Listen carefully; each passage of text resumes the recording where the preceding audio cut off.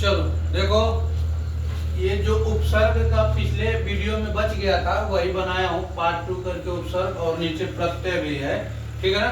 तो उपसर्ग के बारे में आप लोग को पता है कि जो शब्द के कहाँ जुड़ता है, शुरू में, ठीक है ना। शब्द के शुरू में जुड़ता है उसे उपसर्ग कहते हैं। तो देखो अति है तो अति से क्या बनेगा, अतिक्रमण। अत्यधिक से क्या बनेगा, अति से क्या बनेगा, अत्यधिक। और एक अति से क्या बना, अतीन्द्रिय और अतिशय। तो इसमें पूछा जाएगा कौन सा उपसर्ग जुटा हुआ है, तो अति उपसर्ग जुटा हुआ है। आगे शब्द में ना, अगला है ना। ना से क्या बना है, नारायण। क्या बना है, नारायण। ना से क्या बना है, नाकामयाब। ना से क्या बना है, ना समझ। तो ये जो शब्द है इसमें पूछा जाएगा कि कौन सा उपसर्ग लगा है, तो क्या बताओगे, ना। अगला है वी। वी उपसर्ग से विकर्षक, विख्यात, विरल, विज्ञान। मतलब ये जितने शब्द हैं अगर पूछा जाएगा कि इसमें कौन सा उपसर्ग लगा हुआ है, तो वी लगा हुआ है। क्या लगा हुआ है, वी। We we we. अगला है अध। अध उपसर्ग से अधमरा। क्या है, अधमरा। फिर अधकचरा। क्या है, अधकचरा। फिर क्या है, अधपका।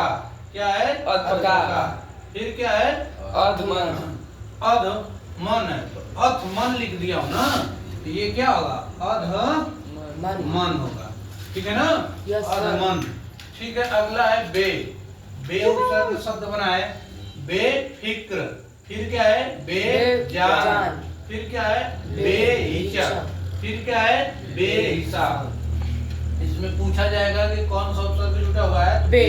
देखो बे, इस शब्द को निकाल, मतलब उपसर्ग निकाल लेंगे तो वो शब्द बचेगा, ठीक है ना। अगला है प्र।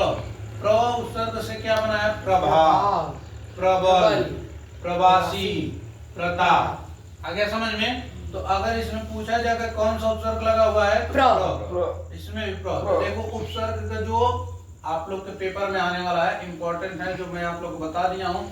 फिर आप लोग का प्रत्यय है, तो उपसर्ग जो शब्द के शुरू में लगता है, प्रत्यय क्या है, वे शब्दांश जो शब्द के अंत में जुड़कर उनका अर्थ परिवर्तित मतलब बदल कर देते हैं, प्रत्यय कहलाते हैं।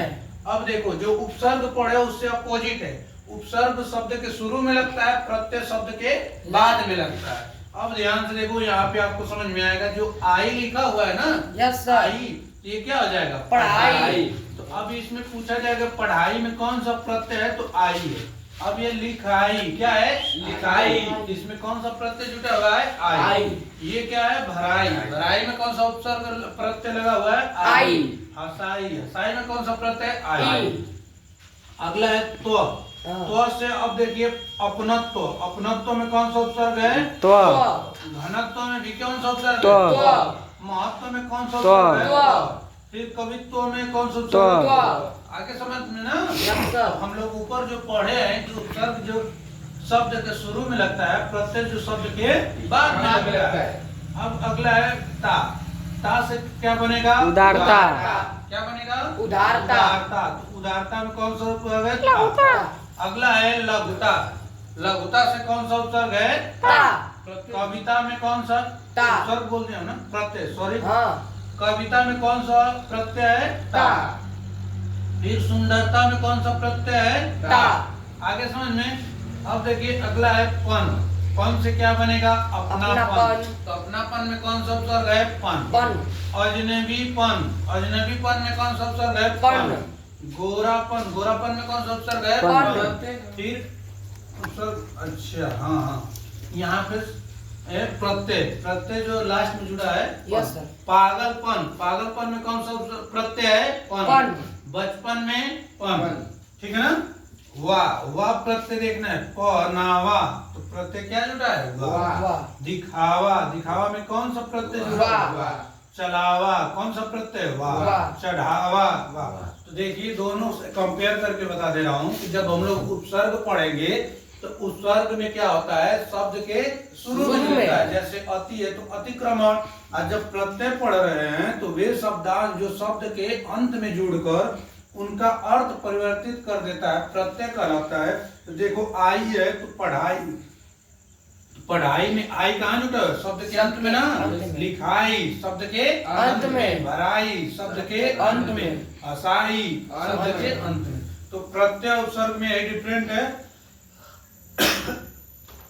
ये पार्ट 2 था। अब जो प्रत्यय का बाकी है वो अगले पार्ट में आप लोग का बनाएंगे, ठीक है ना? ठीक है ना?